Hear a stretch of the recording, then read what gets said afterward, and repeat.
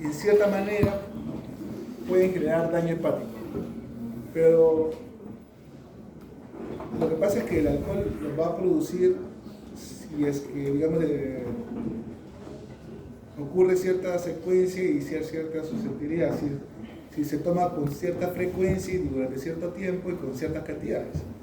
Pero cuando uno da medicamentos, uno no espera tener un daño hepático, ¿no es cierto? Entonces es una situación inesperada. Ahora, solamente podría ser esperada cuando se usan ciertos medicamentos que son hepatotóxicos a una dosis mayor de lo normal. Hablábamos de paracetamol de la vez pasada, entonces va a ocurrir por toxicidad. Pero cuando es algo inesperado, entonces estamos hablando de una situación idiosincrática.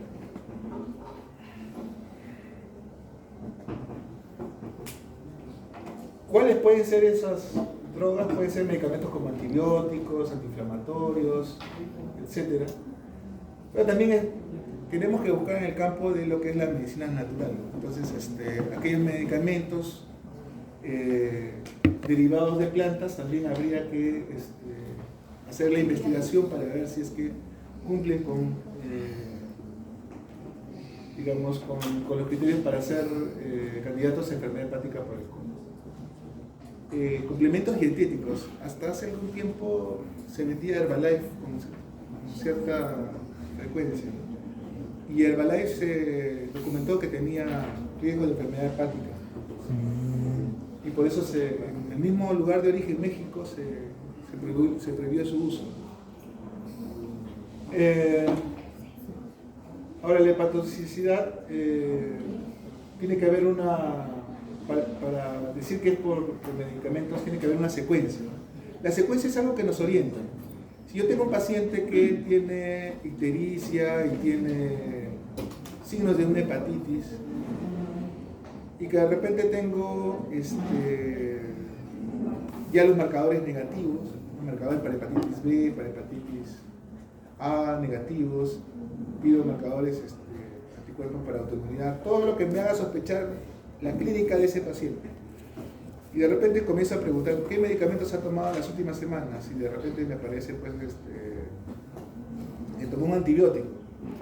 Busco en la literatura, ¿no?, en estudios realizados, y encuentro que sí, efectivamente, está descritos casos de que este antibiótico produce hepatotoxicidad.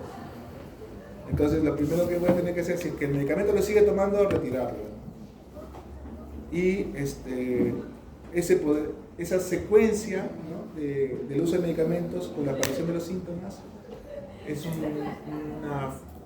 indicio para sospechar que ocurre este bilis, ¿no? ¿Qué tipo de injuria pueden ocurrir?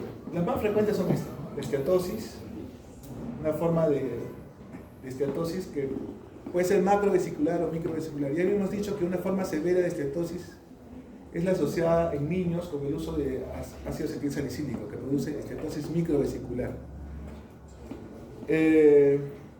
Hepatitis, formas de tipo hepatitis, por ejemplo la rifampicina. Formas de colestasis. ¿Qué cosa era colestasis?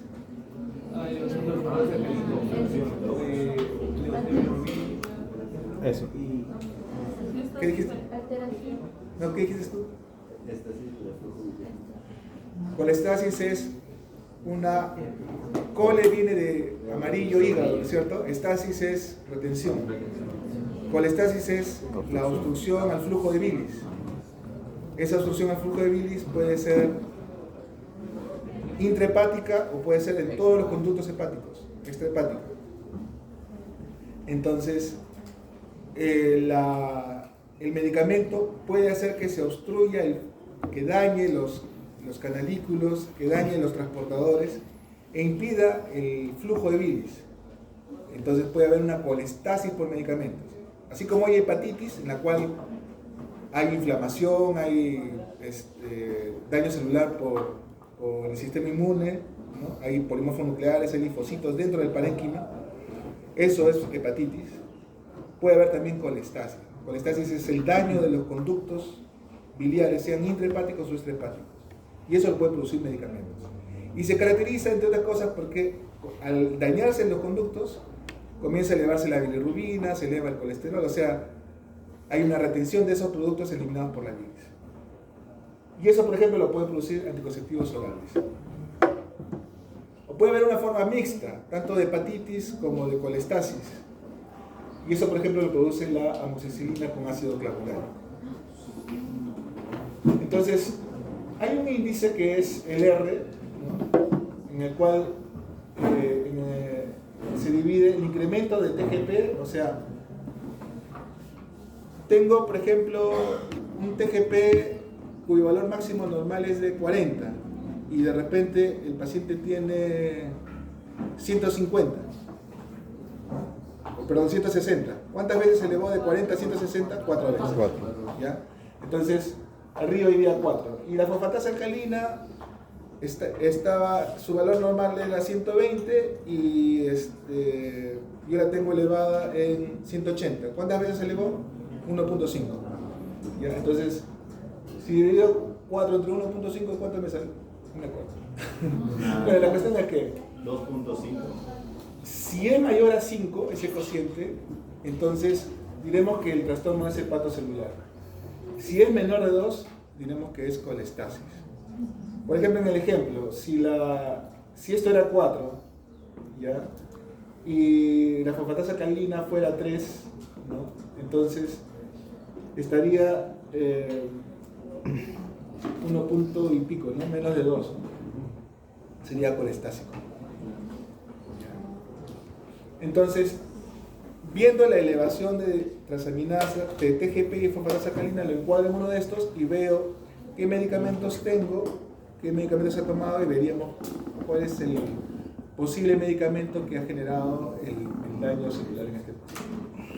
La causa, el medicamento puede ser tóxico de manera intrínseca, es decir, el mismo medicamento sería como el alcohol, algo que va a producir daño de todas maneras, dependiendo de la cantidad que se use. O sea, hay una toxicidad, pero por dosis. Entonces, hay una dosis que es terapéutica y una dosis que es tóxica. Si yo uso Panadol 2 gramos, es terapéutica, pero si uso Panadol 20 gramos, 25 gramos, eso es tóxico, ¿no? Entonces, eso es predecible, es una toxicidad intrínseca. El daño es esperado en base a la dosis. Supera la capacidad que tiene los mecanismos de respuesta de neutralizar el daño generado por este medicamento. El ejemplo típico es el paracetamol. Y en un periodo de 24 a 48 horas comienza a provocar el daño. La toxicidad es más rápida en ejercer su efecto. La otra forma es el idiosincrático, es el inesperado. Tiene que ver la genética del paciente, tiene que ver reacciones alérgicas, ¿no? Y esto es impredecible. Si le doy a 1000 personas amoxicilina, ácido clavulánico, probablemente las 1000 no voy a encontrar esta reacción de hepatitis más colestasis, hepatitis colestásica por amoxicilina y ácido clavulánico. De repente voy a tener que esperar que sean más de 1 millón o más de 10 millones de personas para encontrar un caso. ¿Ya? Entonces es por idiosincrasia, es que esta persona tiene una genética especial, un metabolismo especial para que genere esa reacción. Entonces es un daño no esperado a dosis terapéuticas. Lo que ocurre es que hay un tipo de metabolismo alterado que genera un efecto tóxico. La frecuencia puede ser 1 en 10.000, más de 1 en 10.000 o más de 1 en 100.000. Exageré un poco con lo de biógenes. Mecanismos pueden ser inmunológicos o no inmunológicos. Cuando se trata de inmunes, tiene que ver con la aparición de neoantígenos y estas se parecen a las hepatitis de tipo autoinmune. Los periodos de latencia son cortas y ocurren manifestaciones de alergia como exantemas, urticarias. A la vez de la hepatitis aparecen manifestaciones de reacciones alérgicas. Las transaminasas pueden elevarse por encima de 500. Y también un ejemplo de esto también es la amoxicilina más ácido clavulánico y hepatitis por anticonvulsivantes. En formas no inmunes tiene que ver el tiempo de exposición. Y eso es lo que va a generar el daño y el ejemplo en la cicloterapia. Bueno, ¿qué tan frecuentes son estas reacciones a fármacos? Bueno, donde se hacen estadísticas en el Reino Unido, 2 a 3 por 100.000 por año. En Estados Unidos se manifiesta que el 15% de los trasplantes de hígado ocurre por una hepatitis fulminante, y de estos el paracetamol lleva casi el 50% de los casos. Bueno, diferentes mecanismos que provocan daño hepático: amoxicilina clavulánica, nitrofurantoína, diclofenaco, los medicamentos tuberculostáticos, hierbas o suplementos dietéticos, etc. ¿Cómo se metabolizan los fármacos en el hígado? En general los fármacos son liposolubles y para poder ser excretados requieren de una transformación. La fase 1 es la polarización con citocromo P450, en las cuales hay reacciones químicas de oxidación, reducción e hidrólisis. La fase 2 es conjugación parecida a la de la bilirrubina, en la cual se añaden moléculas de glucurólido, glicina, glutamina a la molécula original. Y la fase 3 es la excreción misma, ¿no?, al sistema biliar.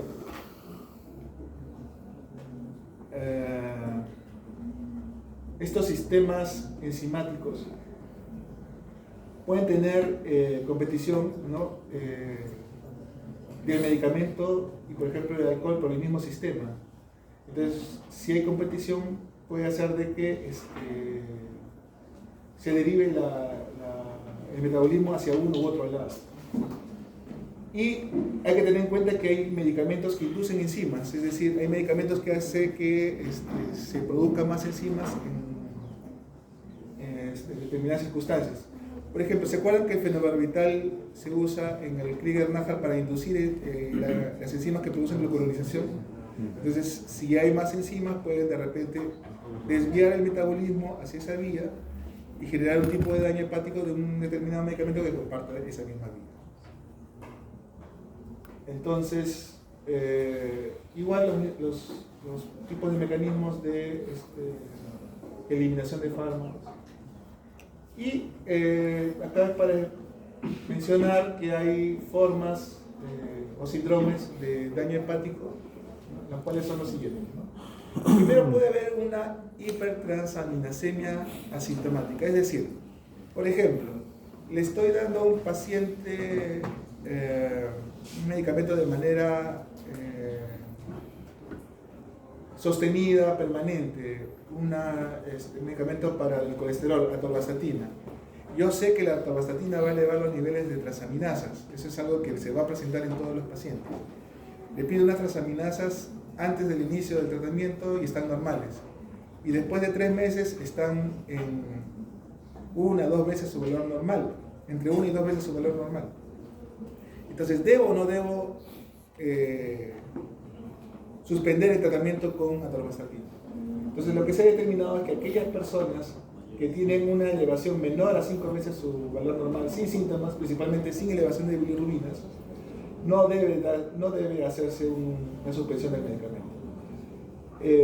Puede ocurrir que inclusive en el tiempo, estas transaminasas que se elevaron, con el tiempo se normalicen y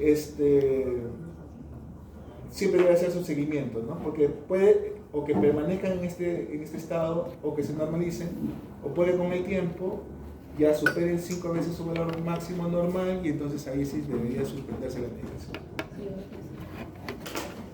Así es. Hepatitis aguda ya varíamos cuando ya las transaminasas se elevan más de 10 veces su valor normal, probablemente van a elevar bilirrubinas también. Puede ocurrir con fenómenos alérgicos. Una hepatitis por medicamentos en la biopsia. La biopsia puede semejar a una hepatitis aguda por virus hepatotrópicos con necrosis focal, inflamación portal y filtrado linfocítico. Y este proceso se puede suspender tras la suspensión del medicamento. Si en una hepatitis por virus el sistema inmunológico o el medicamento hace que el virus desaparezca, entonces todos estos procesos inflamatorios van a desaparecer. Entonces, al quitarle la noxa, que es el virus o el medicamento, el proceso va a desaparecer. Entonces, el tratamiento es retirar el medicamento. Pero puede ser esto tan severo que puede llevar a una hepatitis fulminante. Un cuadro severo, en el cual el sustrato histológico es una necrosis masiva del hígado. Ejemplo, intoxicación por paracetamol, también por tuberculostáticos, ¿no? Pueden darse ese tipo de hepatitis fulminantes. Pueden haber hepatitis de tipo autoinmune, en las cuales van a haber incluso aparición de autoanticuerpos como los antinucleares, los antinucleolizos. Y se supone que aquí el daño hepático generaría la aparición desenmascararía esta autoinmunidad, por decirlo de alguna manera. Nuevamente mejoran con la retirada de los medicamentos y había que considerar el uso de corticoides porque parecerse mucho a una autoinmunidad. Si son crónicos pueden producir cirrosis. Ejemplos de esto es la metilfurantoína, metildopa y estatinas. Bueno, esto es un poco más complicado, pero acá nos detendremos en estos dos, ¿ya? Colestasis pura, en la cual solamente afecta los canalículos, solamente se elevan las enzimas colestásicas, la GGTP y la fosfatasa alcalina, y las transaminasas son normales. Ejemplos de estrógenos anabólicos y hepatitis colestásicas, en las cuales además de la fosfatasa alcalina elevada, también se elevan las transaminasas.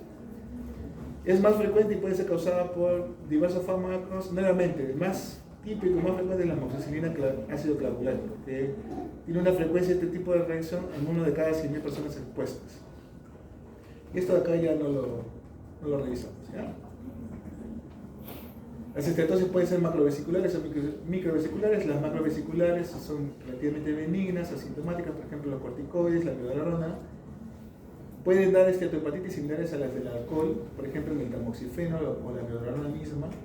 Y las formas microvesiculares son formas más graves, que están asociadas a insuficiencia hepática, y por ejemplo es la tetraciclina, el ácido valproico y la acetate. Fibrosis pura, sin generar esteatosis, sino directamente esteatosis. El ejemplo típico es el metotrexato. Entonces puede pasar inadvertida y la forma de hacer el diagnóstico es directamente con biopsia. ¿Cómo diagnosticar una DILI, un daño hepático por alcohol? No existe un marcador específico, no hay forma, ¿no? No hay anticuerpos, no hay antígenos, no hay forma de saberlo. Entonces, tiene que haber la sospecha, principalmente la sospecha. El único que sí tiene un marcador es el paracetamol, ¿no? Si hay una persona que, por ejemplo, ¿no? Llega a la emergencia, alguien que dice, mi enamorada se ha tomado 40 pastillas, pero no sabemos de qué. Y la trae, ¿no? La encontró ahí en el cuarto, las pastillas ahí, que no sabe ni qué pastillas son. Entonces, si tenemos las pastillas, el nombre obviamente no hay que hacer ningún dosaje. Pero si no lo sé, es posible hacer un dosaje de este medicamento. Entonces, ahí sí, bueno, nos ayuda un marcador serológico. Entonces, para formas menos severas, primero hay que excluir otras posibilidades, ¿no? Les decía, hacer anticuerpos, antígenos, hacer una serie de pruebas para excluir otras probabilidades. Si tengo que no son virales, no son autoinmunes, etcétera, etcétera. Entonces, si tengo un cuadro de hepatitis, debo pensar, si está tomando medicamentos, debo pensar que es por medicamentos y debo retirar los medicamentos. También me ayuda que haya manifestaciones de hipersensibilidad, como exantema, eosinofilia, y la demostración de que el paciente mejora cuando se le retire el fármaco. Van a ser más susceptibles las personas con mayor edad, con presencia de otras enfermedades coexistentes, con personas con desnutrición o con obesidad y efectos de otras drogas usadas de forma continua. Se debe suprimir cualquier tratamiento que no sea esencial. En caso de manifestaciones de gravedad, como encefalopatía, coagulopatía, se debe remitir a un centro de trasplantes. En el caso de intoxicación por paracetamol, el antídoto acá es, digamos, es el único de estos medicamentos que tiene un antídoto, que es la N-acetilcisteína, que de preferencia se debe usar en las primeras entre 8 y 24 horas. En casos de hipersensibilidad, se debe considerar el uso de corticoides. Y en caso de colestasis prolongada, se debería usar el ácido ursodeoxicólico. Algunas cositas con respecto al paracetamol: es una causa frecuente de insuficiencia hepática aguda. Además, el paracetamol también puede ocasionar daño renal, entonces eso también tiene que estarse evaluando. Y lesión miocárdica, entonces no solamente daña el hígado, sino también riñón y corazón.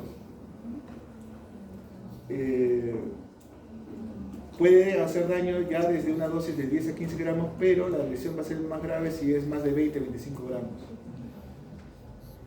Los síntomas pueden ser náuseas, vómitos, dolor abdominal. Generalmente esto es lo que le lleva al paciente, el dolor abdominal muy intenso. Y en 24 a 48 horas aparece una lesión hepática con necrosis hepática cetological. Y en 3 a 5 días aparece la insuficiencia hepática severa.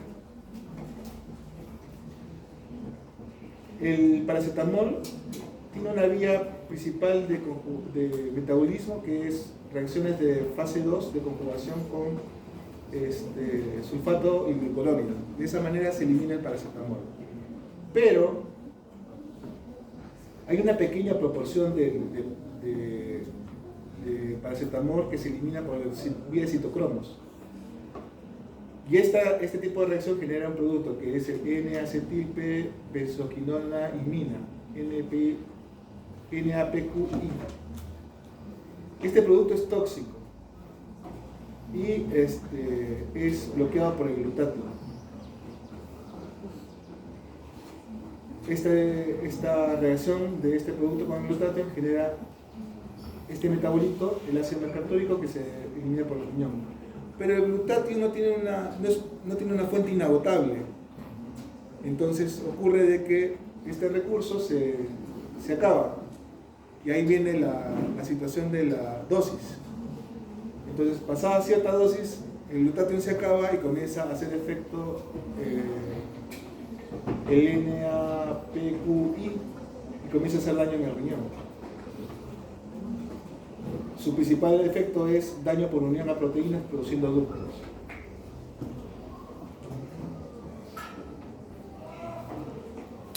Entonces lo que hay que hacer es lavado en emergencia, lavado gástrico, usar carbono activado, medir la concentración en sangre, si es más de 200 gramos en las primeras 4 horas o más de 100 en las 8 horas, considerar un tratamiento específico, que sería con la N-acetilcistina 300 miligramos